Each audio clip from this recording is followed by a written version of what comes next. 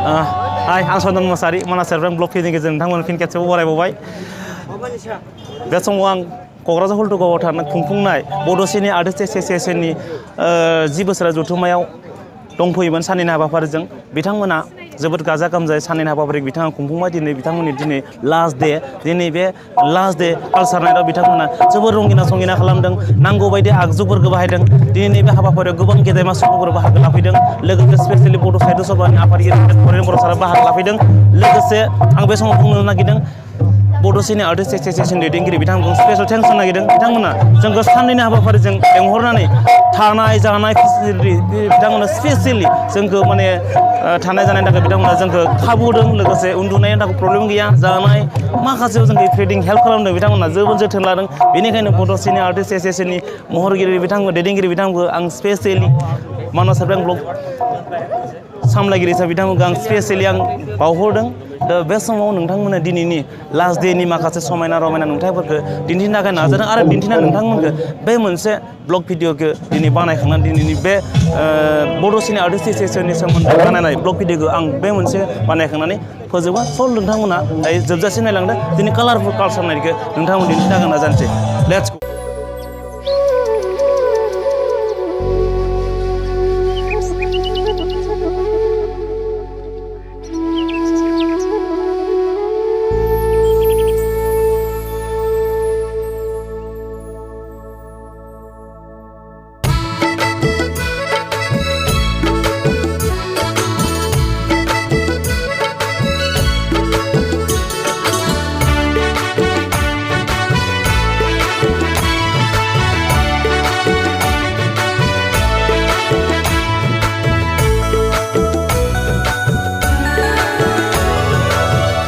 बयबो फै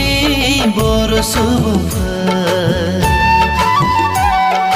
फै बयबो फै बर' सुबुंफोर आखाइ हमलायनानै गोसो खौसेयै सावथुन मुलुगाव आगानहोनि गोसो खौसे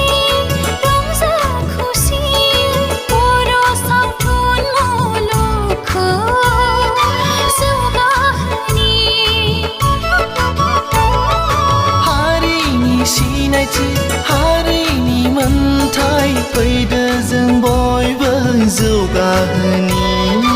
बर' सावथुनखौ फै बयबो फै बर' सुबुंफोर फै बयबो फै बर' सुबुंफोर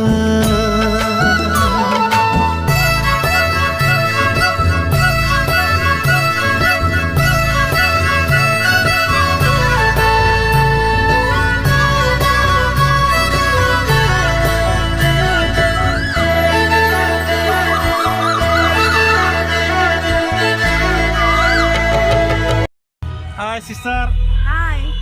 सिस्टारनि नामा मामोनलाय आंना सिमा बसुमतारी गामिया सालाकाटि आरो मा फिल्माव एक्टिं खालामगो दायनाया सोर खारदै सुला फेसबुकनि सैनाय मेला दं आरो माबायदि मोजां मोनदों ना गाज्रि मोनदों बेयाव एक्टिं खालामनानै मोजां मोनदों गाज्रि मोनाखै मोजां मा ओरैनो मा एक्टिं खालामनो मोनदों ओरैनो मेन रलावनो ना मोजां मोनदोंना बे फिल्मखौ नायनानै आरो नेक्स्ट एबार माबाफोर 2020 थाखाय माबा मोनसे गोदान फिल्म खालामदों नामा ओरैनो दा जेबो माबा गैथ'वामोन 2020 आव जेबो फैथ'वाखै ना दा प्रग्रामाव मा मोसागोन नामा आं दिनै मोसाला बे प्रग्रामाव आं ओरैनो मोसानांगौमोन ओमफ्रायो बादोंमोन गुफुखायनो नोंसोरनो मोसानो बायोबा बोरै जागोन बादोंमोन उननियाव नेक्स्टआव मोसानोसै बाय हाय आब' हाय आब'नि नामा मामोनलाय आंनि मुङा मिसेस रन्जिला बसुमतारी आङो फार्स्ट फिल्मखौ बानायदों 2010 आव गाब्रबाय ओमफ्राय नेक्स्टआव फैदों आं आदा सपननि डाइरेक्टर खालामनाय सपन कुमाराव आदा सपना बेहाय आं नेपाल टु बड'लेण्ड खालामदों वाव नेपाल टु बड'लेण्ड दं एक्ट्रेस वाव नेपाल टु बड'लेण्ड एक्ट्रेस आं दे 2016 आव बानायदों माबा 17 नङाबा 16 जागोन आरो माबा आं गनाया फिल्म आं गनाया ओमफ्राय आबरियानि मोनसे दाख्लै आं एलबाम खालामदों निलिर बिलिरनो माबा मोनसे बानायदों सेरदारजों बेनिफ्राय आङो माने हाबा जाबाबो आं दासिमबो फिल्मखौ मोजां मोनो आरो आवगायगासिनो दङ बेसे गोबाव जाखागोन हाबा जानाया आङो 3 बोसोर जाबाय 3 बोसोर जाबाय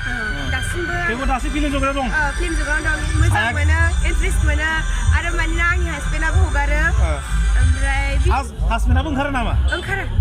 थेवबो हगारो आरो हगारो मोजां मोनो बिराद इन्ट्रेस्ट दासिमबो ओमफ्राय बिदिनो आवगायलांबाय थागोन आरो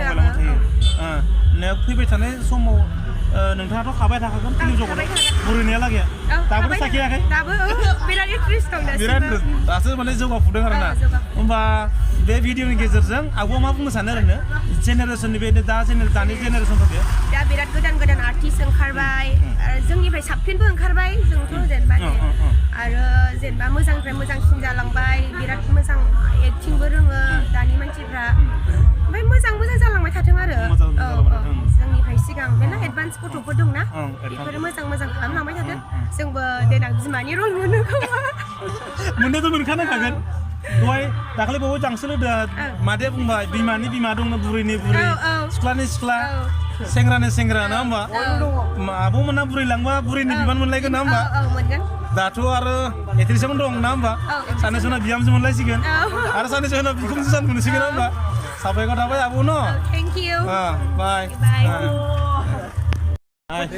कालसार नाइटआव बिथां मस्क' माने एक्टिंनि राजा कमेडिनि राजा बिथाङाबो बे कालसार नाइटआव बाहागो लाफैदों सार मा खबर ओरैनो मा खबर मोजां मोनदों ना मानसिफोरनि जेबादि बयबो बाहाय गोबां मानसियानो मोजां मानसिफ्रा नुजाफैदों नालाय लोगो मोननानै जोबोद खुसि जादों मानसिफोरनि मिनिनानैसो हामलायबाय नामा सार दानो बोराया ना एबार सुटिं खालामदोंमोन ना सारा औ ओरैनो दिनै बाहागो लाना माबायदि मोनदों ओरैनो दसे इन्जय खालामनाय जाहैबाय ओरैनो कमेडिनि एसे हेडलाइनखौ बुंनाय सारा ओरैनो थारमाने ओरैनो जकिंजों बुंबाय आं थारमाने मालायफ्राथ' बयबो एवार्डबो मोनजोब्बाय आंबो मोनजानो लुगैदोंमोन नाथाय आंना गैया जाहैबाय लिस्टआव बेनिखायनो एसे आं एसे गोसोआव दुखु मोननाय बादि बुंबाय आरो कमेडिजों खिन्थु बे ओरैनो खेलासो आरो बे माने जकिंसो दा बे सिरियास नङा आंनिफ्रा बेखौ सिरियास लानो नाङा आरो माने गाज्रि लेथ्रा आंनि बिसिफ्रा न'नि मानसिफ्रा बिराद दुखु मोनो माने मालाबा बबेबा मबाइलफ्राव इउटुबफ्राव नुयोबा माने बुङो आरो माने आंखौ बिदिनो जाद्रायाबा बेना गासिबो रलानो मोजां नङा मोनसे मानो बिदि गाबाय थायो जों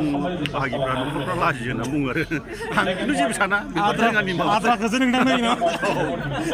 मालाय लानानै जोब्बासो नोंथां नुयो ना बेखौ साबायथ' बिदि खालामबाय था जेबो नङा ना होमबा दे थेंक इउ बिराद फेमास दा बावैसो सर्ट खालामना बिथांमोना इउटुब चेनेलाव हगारगासिनो दं गुगल बाबा बिराद नाम जादा गुगलनि बिफानो बाबा बिराद माने मोदाय ना गुगल बाबा खुलुमबाय मा खबर मोजां माबोरै गुगल बाबा नाम थाखो नालाय जों बे गुगल बाबा एपिसोडआव आं गुगल बाबा जादों नालाय बेनिखायनो दा मानसिफ्रा आंखौ गुगल बाबा होनो आरो गुगलनि बिफा नामा बिदिनोथ' जाहैबाय मा सानफ्लांनानै बानायखो बेखौलाय जोङो बे बर' हारियाव जोंना खोमसि फोथायनाया जोबजोबाखै नालाय जोबदों होन्दोंब्लाबो दा जोबाखै नालाय बेनिखायनो दा जोङो बेखौ होखारनो थाखाय बे किखौ लानाय जादों आरो बे स्क्रिप्टखौ जों बानायनाय जादों बेखिनियानो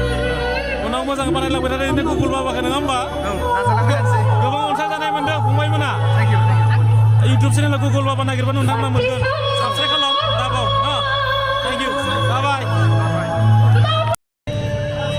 दिनै फिल्म बानायग्रा choreographer best actor best music गासैनिबो बिथांमोना साबसिन हामसिन फिल्म बानायग्रा बिथांमोननो गासैनिबो बान्था फोसावनाय जादों बेबायदिनो जोंनि बाक्सा जिल्ला बड'सिनि आर्टिस्ट एस'सियेसननि दैदेनगिरि बिथां सोमावसार बसुमतारी बिथाङा बेस्ट करिय'ग्राफारनि बान्थाखौ मोननो हादों बिथांखौ बरायबाय मानास सेरफां ब्लकनि गेजेरजों नोंथाङा बे बान्थाखौ मोनना माबायदि गोजोननाय मोन्दों बे बान्थाखौ मोननानै जोबोर गोजोननाय मोन्दों आरो बे बान्थाया आंनि गिबि बान्था बेवहाय आङो 2016आव हायनामुलि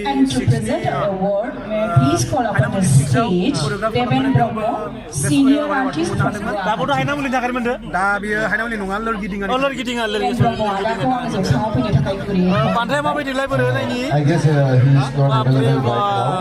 बान्था बाप्रे बाप लोरगिदिङानि थाखाय मोनदों बिथाङा थेंक इउ ना मुंदांखा सिंगारबो दंखायो लैथो मोसाहारि दा बिदिनो नोंथांमोनाबो आरोबाव मोजां मोजां सिनेमा बानायबाय था बिथां सोमावसार बसुमतारी बिथांनि बायदि बान्था मोननो थाखाय थेंक इउ बान्था मोनगिरि सोमावसार बसुमतारी नेक्स्ट आरो मोजां मोजां बान्था सोरजिनो थाखाय नाजाबावगोन होननानै आसा खालामबाय बाय बाय थेंक इउ मानास सेरफां ब्लग भिडिअ नायगिरि नोंथांमोनखौ बे समाव बयखौबो जोबनायनि बिदायनि समाव नोंथांमोनखौ बयखौबो गाहाम हामलायनाय बयनिसिमबो जासिहरबाय नोंथांमोना नायनानै आंनि भिडिअखौ जोबोद अनसायदों फिन आरोबाव नोंथांमोननो आरो खेबसेबाव फिन जासिबाव मोजां गाहाम हामलायनाय जासिफिनबावबाय फैबाय थानाय समाव नोंथांमोना आंनि मानास सेरफां ब्लग भिडिअखौ नायनो दाबाव आरोबाव नोंथांमोना गोदान भिडिअखौ नायनो थाखाय नोंथांमोना नुनो मोनबाय थागोन बेनिखायनो लाइक आरो शेयार साबस्क्राइब खालामनो थाखाय नोंथांमोना दाबाव नेक्स्ट भिडिअनि थाखाय नोंथांमोनखौ नुनो मोनगोन थेंक इउ बाय बाय